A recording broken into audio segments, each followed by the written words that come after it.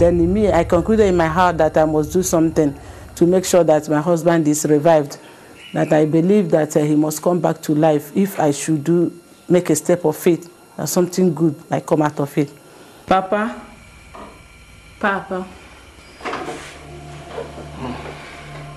What? We'll take his body to church. What? Guinea? We must take Daniel's body to church. Madam, my daughter, Daniel is dead and is gone. He will come back to life, I know it. Neka's father-in-law dismissed her request to remove the body from the mortuary. But meanwhile, on the other side of town, things were working miraculously in her favor.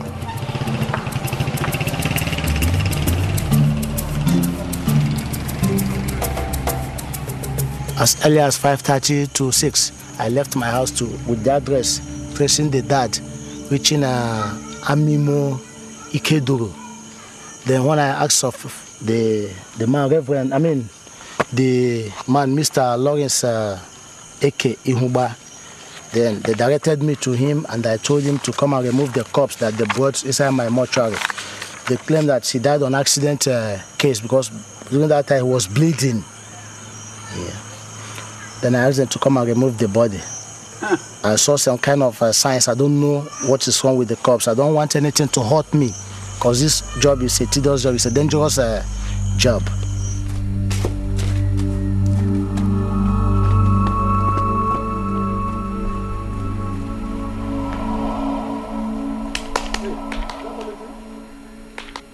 Morning, Dioba. What brings you so early?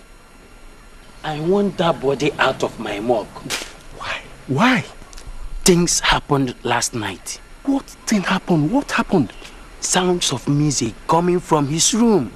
Oh, calm down. The music may have come from the village. There were villagers marrying. What does that got to do with the dead? Not that.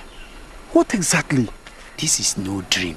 There were music coming from his room. But tell me, were you drinking last night or what? I didn't drink anything. I mean every bit of it. And we took him from the mortuary, we dressed him up and put him inside the casket. Then we took off from Owerri. Then we continued coming down to Onitsha. His glorious cathedral, Grace of God Mission, Anambra State. That was Aguleri, Umuleri Road. Where Reverend Rehad Bonke serving crusade. That let Rehad Bonke pray for him that he will raise again. I started laughing. So this comes and say, yes, okay, give me the tally. She went aboard the tally and cleared their bill. Then we dress the body. When I dress the corpse, I call on my assistant to join me. They hired an ambulance. They went and bought a coffin, the white coffin inside the rope there. I said, okay, I'll go with 2 people. Let me witness. Maybe it is the power of God or anything that happens, I will know. So when we arrived there with our siren, there was tension all over. Security people came, both the church security, the one they signed from local government, even from federal government, even the one that came with Bonke. Some of them, they thought that we evil people that came to bomb Bonke at the first time. They were pushing me left, right, and center.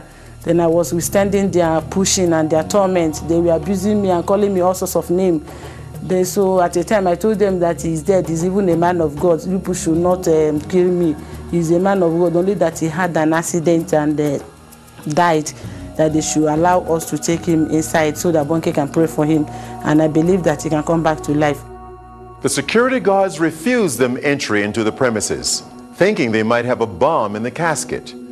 The procession was redirected to a facility in the back of the church. Daniel was taken out of the casket and laid on a table.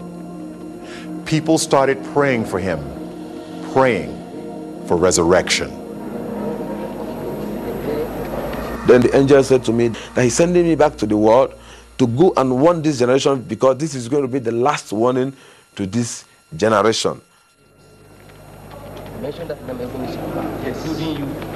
As prayers was going on, then his heart began to pant. Life began to come in his heart. They continued praying, we were praying, we were praying. I saw these things were going on. he began to breathe gradually, but his body was still stiff.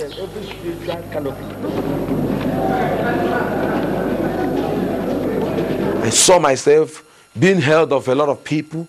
Oh, I was naked. I was wearing only trousers. They pulled on my dress. I saw a crowd of people, more than 20,000 people.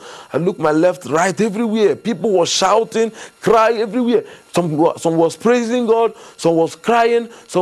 I was looking around. I couldn't understand what was happening. Because to me, I was falling down and I fell into pit. And to me, when I opened my eyes, I saw all hands was grabbing me. They said to me that I jumped up.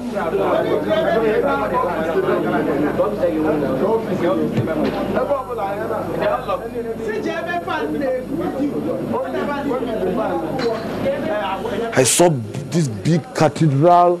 It's a very big cathedral. I looked by my right, my left, my front and my back. Everywhere was full of people. And some people were shouting, some were saying coffin, some say mortuary, some say 3 days. I couldn't understand what was happening because my experience there is not more than 15 minutes. So I don't know what they call about 3 days. To me, there was no night, there was no day. It was only that moment I was into.